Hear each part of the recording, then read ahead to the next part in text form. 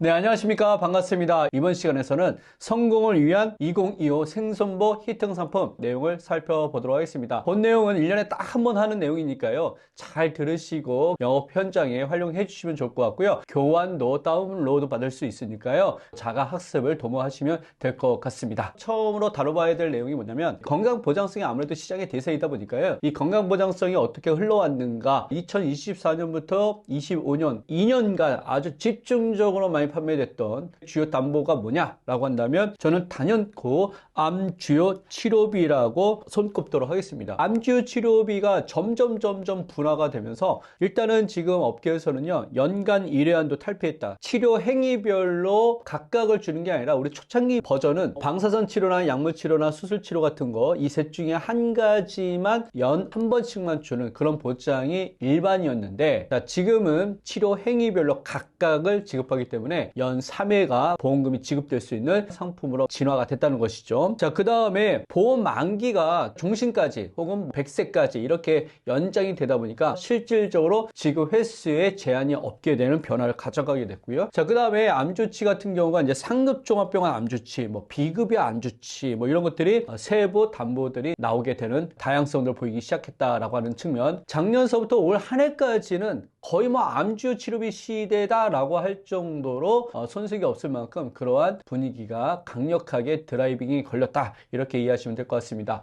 자, 이 와중에 이제 또 틈새를 파고드는 중요 담보가 나오게 되면서 이 보험 금융 시장에서 상당히 주목을 끌었는데요. 항암 중입자 방사선 치료 보장이 나오기 시작했습니다. 왜냐하면 중입자 치료가 이제 본격적으로 대한민국에서 시행이 되다 보니까 또 방사선 치료 보장과 결합을 해서 1억 마케팅 같은 것들을 집중적으로 했다라고 하는 측면 기억을 해주시면 좋을 것 같습니다. 자, 그 다음에 특정 순환계 질환 주요 치료비 보장이라고 해서 심장 질환을 중심으로 마케팅이 이루어지게 된 그런 담보가 있었는데, 이제 뇌혈관 허혈성 심장 질환의 단계를 넘어서서 순환계 질환이라고 그래가지고 더 확장된 범위에서 고객들한테 보장을 제한하는 그런 담보 특약이 본격적으로 올 상반기 끝무렵서부터 여름 시즌을 지나면서 하반기에 집중적으로 부각이 됐습니다. 그래서 정리를 하자면 지금은 암주요 치료비와 특정 순환계 질환 주요 치료비의 투트랙 시대다, 이렇게 말씀을 드릴 수 있을 것 같습니다. 자, 그 다음에 간병인 사용 보장이 올해 4월서부터 본격적으로 한도 축소에 들어갔습니다. 최근에 조금씩 다시 되살아나면서 15만원, 20만원 보장하는 그러한 담보 특약들이 다시 회복되는 경우는 있습니다만, 어쨌건 간병인 사용 보장에 대한 손해적 측면에서 우려되는 시장 리스크가 좀 있었던 것 같아요. 그러다 보니까 각 보험회사들이 한도 축소로 이제 들어갔었는데, 그런데 간병인 사용 보장은요, 앞으로도 시장의 수요가 꽤 증가할 것이다 라고 하는 측면에서 지금이라도 필수적으로 가입해야 할 담보 중에 하나다라는 생각이 아마 우리 대부분의 고객들이 갖고 있는 생각이 아니었을까, 그런 생각이 듭니다. 건강보장성에서는 크게 4가지 정도로 정리를 해볼 수 있을 것 같아요. 자, 이런 와중에 암주요 치료비 보장이 정교화되고 있다라고 제가 제목을 달았는데요. 처음에는 암주치와 비례형 암주치를 시작했습니다. 자, 그런데 상급종합병원 암주치가 나왔는데 국립암센터라든가 원자력병원, 지역암센터를 포함하는 상급종합병원 암주요 치료비가 나왔고요. 그 다음에 비급여 암주치라는 것이 이제 비급여 항목에서만 치료비가 발생하면 이런 것들도 급부해주는 그런 담보가 나오기 시작했던 거죠. 자, 그리고 나서 치료 행위별로 보장하고 보험 만기까지 보장하고, 그 다음에 이제 최근에 아주 상당히 주목될 수 있을 만한 보장 담보가 저는 이제 종합병원 암주치라고 생각이 드는데요. 요거는 아마 26년도에도 상당히 꽤 주목받는 담보가 될 것이다 라고 전망을 해봅니다. 그래서 암주요 치료비 보장은 시장의 요구를 다 받아들여서 디테일하게 세분화됐다라고 생각이 듭니다. 이런 추세는 가속화되지 않을까 라고 생각이 듭니다. 자, 이런 면에서 선보사의 암주요 치료비나 생보사의 암주요 치료비의 보장 스펙은 거의 동조화되고 있기 때문에 크게 다르지는 않습니다만, 현재 시점에서 그래도 각각의 주요 스펙들을 스크리닝 한번 해보고 넘어가도록 할게요. 자, 선보의 암주요 치료비 보장은 보험 만기까지 보장하는 게 일반이고요. 수술 치료, 항암 약물 치료, 항암 방사선 치료, 별도로 항암 호르몬 치료를 보장해주는 형태로 가고 있다. 그 다음에 또 중환자실 이렇게 해서 각 연 1회 치료 행위별로 줄이는 거다 보니까 연간 5회 이런 식으로 보장 급부를 해주는 그런 형태로 가고 있다. 자, 그 다음에 전이암 직접 치료 보장 이런 것들도 눈여겨서 보실 필요가 있을 정도로 아주 주목 주목받는 담보다라고 보시면 될 것 같고요. 비급여 암주치도 말씀을 드렸던 것처럼 역시 각각 연 1회 보장해 주는 거. 그 다음에 기타 피부암, 갑상선암, 경계성 융약, 제자리암까지 확대해서 보장해 준다는 거 정리를 해볼 수 있을 것 같아요. 자, 그 다음에 생보는 이제 선보를 많이 따라가는 추세이긴 합니다만 뒤처진다라고 생각하시면 안 될 것 같아요. 요즘은 따라가는데 그 시차가 매우 좁습니다. 그래서 거의 차이가 안 날 정도로 동조화되고 있다, 이렇게 보여질 수 있을 것 같고요. 생보사도 이제 어지간한 회사들 같은 경우는 다 치료 행위별로 보장을 해줍니다. 다만 삼성생명 같은 경우에 호르몬 관련 치료제가 별도로 이렇게 분리되는 것보다는 호르몬 관련 치료제에 대한 보장 내용이 암 직접 치료비에 포함이 돼서 하나의 보장 범위로 다 포함은 돼 있다, 이렇게 보시면 될 것 같습니다. 그 다음에 전이암 직접 치료비 보장 같은 경우도 지금 생보사에서 판매가 되고 있는데, 최근에 전이암의 증가 측면에서 보면 이 전이암 직접 치료 보장도 상당히 중요한 담보 중에 하나다. 그 다음에 상급종합병 암주치도 국내 암센터, 원자력병원, 여기 지역 암센터 같은 경우는요, S생명이 업계 최초로 지역 암센터를 포함시키는 게 나왔습니다. 그래서 요즘은 생보사가 무조건 뒤따라만 또 가는 게 아니라 특정 어떤 항목에 대해서는 오히려 선보보다 더 빠른 보장 담보의 신선함을 주고 있다, 이렇게 정리를 할 수 있을 것 같아요. 그 다음에 이어서 보실 게 뭐냐면 특정 순환계 주요 치료비 보장인데, 특정 순환계 질환 주요 치료비 보장 같은 경우는요, 사실상 보장의 스펙이 거의 비슷하다라고 보시면 될 것 같아요. 근데 여기서 핵심은 뭐냐, 심장 질환을 중심으로 컨설팅을 풀어간다는 겁니다. 그래서 심장 질환을 좀 세분화시켰다. 첫 번째, 심장혈관 질환이 가장 중심이 될 것 같고요. 그 다음에 이제 심장염증 질환이라고 해서 심근염, 심내막염, 심장막염, 이런 식의 세부 질환으로 보장이 되는 게 이러한 담보의 성격이다. 자, 그 다음에 또 이제 요즘 많이 주목되고 있는 게 심장박동 질환이라고 해서 부정맥과 심부전이 대표적인 질환이다라고 이해하시면 될 것 같습니다. 자, 그 다음에 이제 심장판막 질환이라고 해서 심장판막의 협착 같은 것들이 발생하게 되면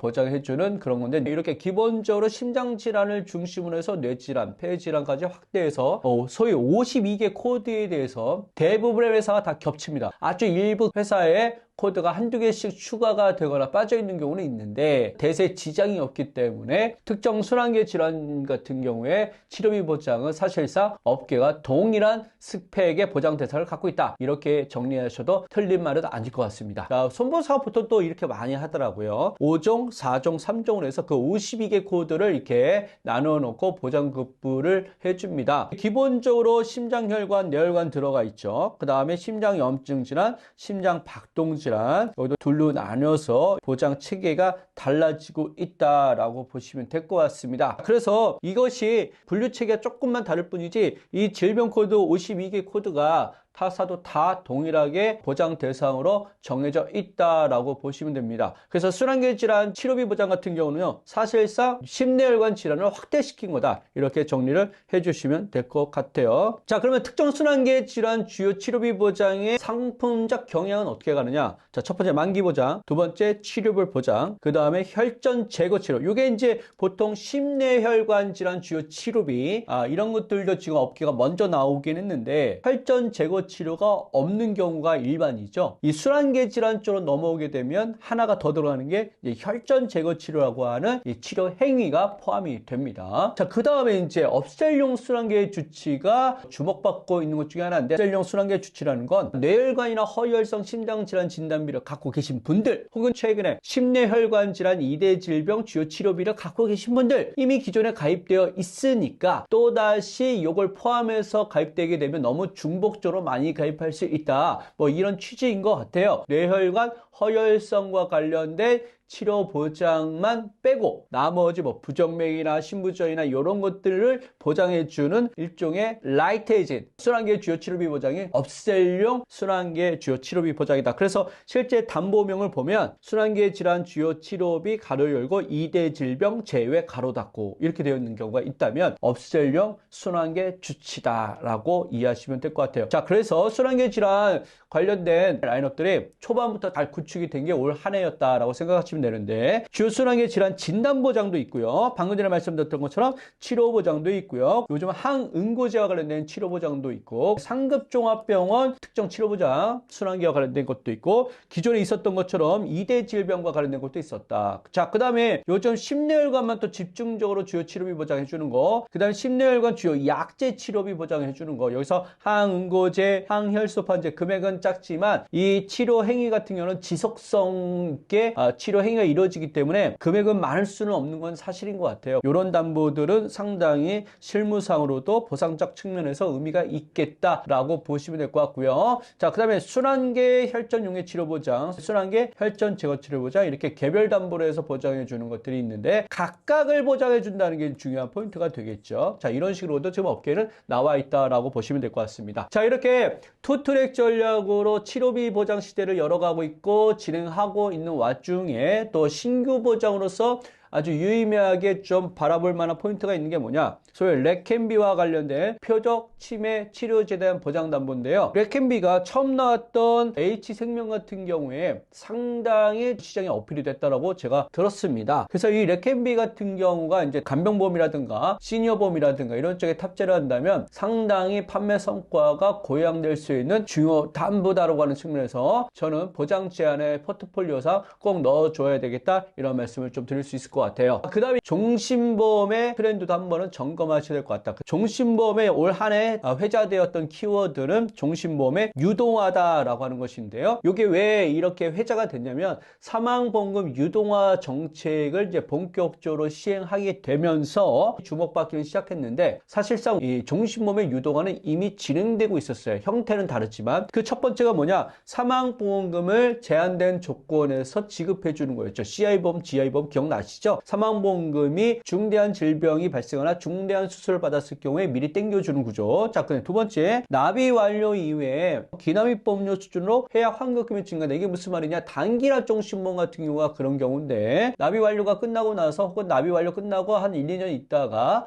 100% 해약 환급률에 도달하면서 보장성 상품이긴 합니다만 결국 해약 환급금을 살아있을 때 현금 흐름화시키자는 게 취지였기 때문에 이러한 유동화가 진행됐었다. 자, 그 다음에 일정 조건하에 기납입 보험료를 환급시켜주는데 이것을 아무 때나 해주는 것이 아니라 3대 질병 혹은 간병 상태로 진단받았을 때 너가 냈던 보험료 다 돌려줄게. 역시 살아있을 때 제한된 조건이지만 유동화가 됐다라고 하는 것이고, 마지막 단계가 뭐죠? 사망보험금 연금 활용이라고 하는 것을 통해서 유동화 정책이 지금 현재 완성 단계에 이르렀다, 이렇게 보시면 될 것 같습니다. 결국 보험을 구성하는, 특히 종신보험을 구성하는 3요소, 보험료, 해약 환급금, 사망보험을 사망했을 때가 아니라 살아있을 때의 현금 흐름화시키는 일련의 종신보험의 역사 과정들이 있었고, 그의 정점에 소위 사망보험금 유동화라고 하는 것이 있었고, 이것은 국가가 주도적으로 밀고 가는 거에 민간이 따라가고 있는 상황이다, 이렇게 보시면 될 것 같습니다.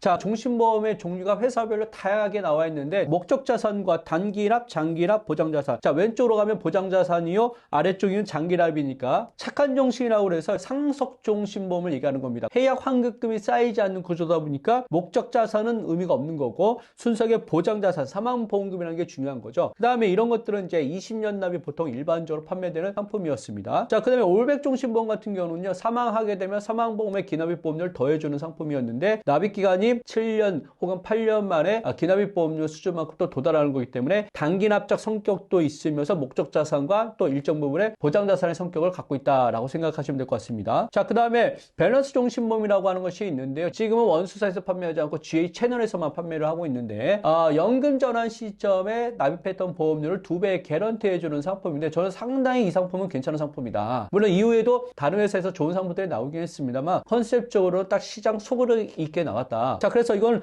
연금 지원을 지향하는 거다 보니까 목적자산적 성격이 크고, 그 다음에 납입기간도 역시 7년 납, 8년 납에 100%의 확률에 도달하는 그런 구조를 갖고 있습니다. 자, 그 다음에 행복종신이라고 해서 모든 보험회사가 공통적으로 갖고 있는 단기납 종신보험의 형태인데 목적자산을 지향하고 짧게 납입하는 이런 구조. 자, 그런데 최근에 이런 상품이 나오게 되면서 주목받게 되어 있는데 골든종신이라고 해서 살아있을 때에 다른 조건을 크게 걸지 않고, 예를 들어서 3대 질병 이런 거에 대한 조건 걸지 않고 너가 살아만 있으면 납입했던 보험료 다 돌려주는 그런 종신보험, 이런 형태도 나와 있다. 그래서 요즘은 뭔가 돌려주고 환급의 100%의 조기에 빨리 달성하고 그러면서도 보장을 채워주는 그러한 종신보험들이 대세를 이어가고 있다라고 생각하시면 될 것 같고요. 또 그 와중에 주력종신보험 종신보험의 한 유형 타입이 뭐냐면 7년 차에 환급률 100%를 고정하고 다양한 전환 기능들의 옵션들을 부과해서 적립전환하게 될 때 아버지였던 피보험자를 자녀의 피보험자로 바꿔주는 이런 형태로 해가지고 부의 이전이 상품 안에서 자연스럽게 이루어질 수 있도록, 그래서 한화라든가 신한라이프라든가 교보생명 같은 데서 이런 상품들이 또 주력 상품으로 자리를 잡고 있다, 이렇게 이해하시면 될 것 같습니다. 자, 이번 시간 정리를 해보도록 하겠습니다. 첫 번째, 3대 질병 치료비 보장 주력으로 계속 강화되는 추세인데 26년도 상반기까지만 해도 이 흐름은 꺾이지 않을 것이다. 자, 그 다음에 렉앤비 보장 등의 신규 보장을 주목해서 보셔야 되고, 이제 점점